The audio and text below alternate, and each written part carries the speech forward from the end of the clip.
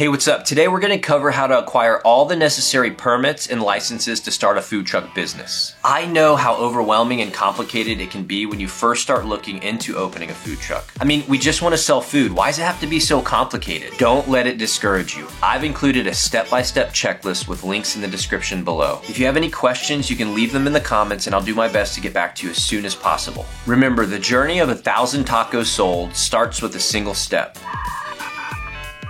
Or something like that. Okay, now let's get into it. Step 1, you will need to choose a business name and check it for trademarks.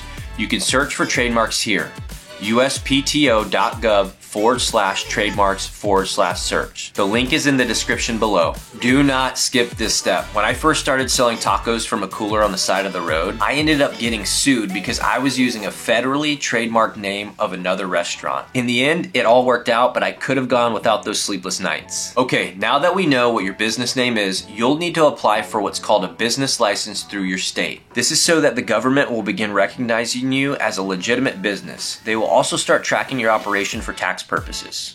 I know, fun. Brace yourself, tax season is here.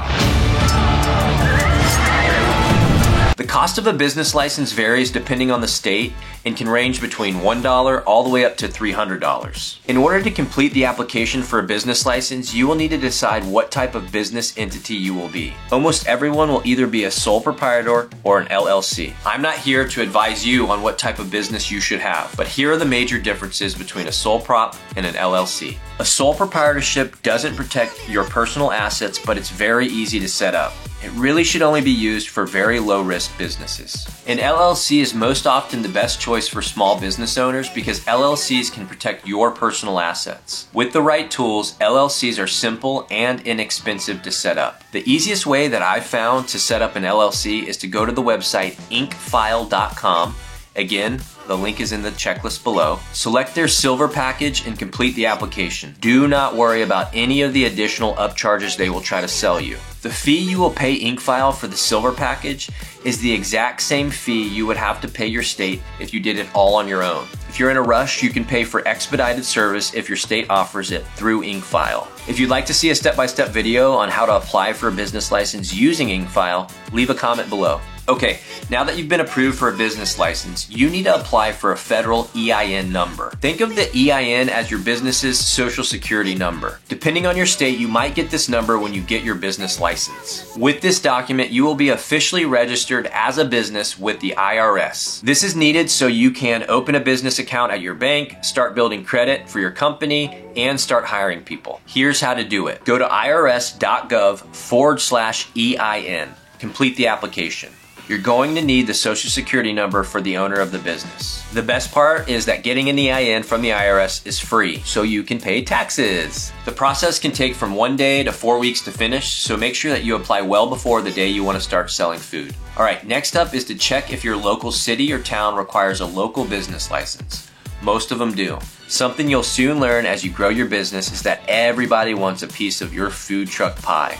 And Uncle Sam loves pie. The best place to start is to Google business license and then your town, city name. For example, business license Houston, Texas, or business license Boston, Massachusetts. Most cities will have a step-by-step process on how to apply for a local license.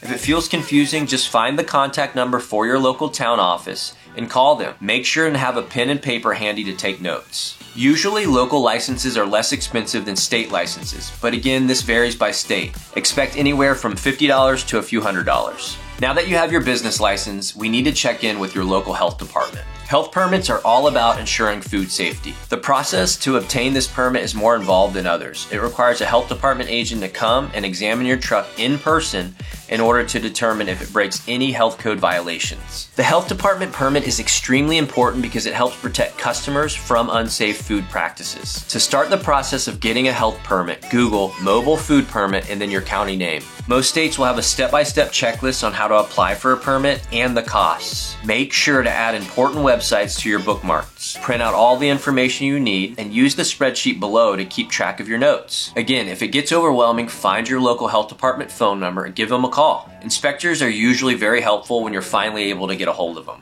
Depending on your city, the cost of this permit varies. It can range from $100 all the way up to $1,000.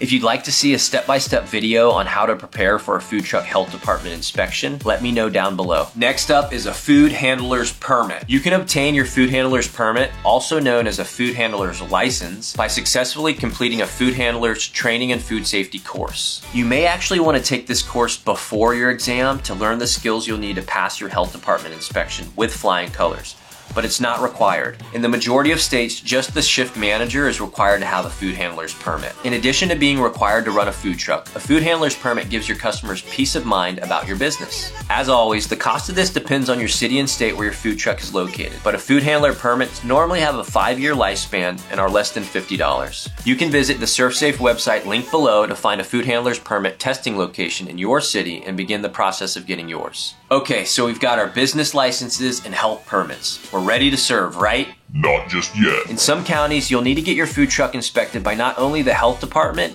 but by the fire department as well. In most cases, this will only be necessary if you have cooking equipment and gas lines on your truck. They will also want to check your electrical wiring and make sure that your food truck has a fire suppression system. To determine whether or not you need a fire certificate, Google fire inspector and then your county name. Most inspectors are very kind and will let you know exactly what you need to do to prepare for an inspection, although some can be very hot-headed.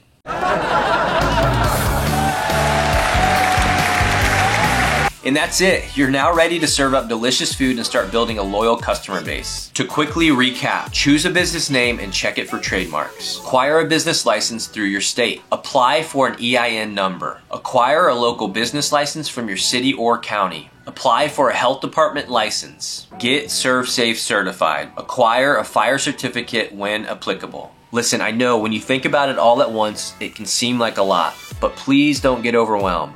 Do one thing a day. Take notes on every call and copy links into the spreadsheet provided below.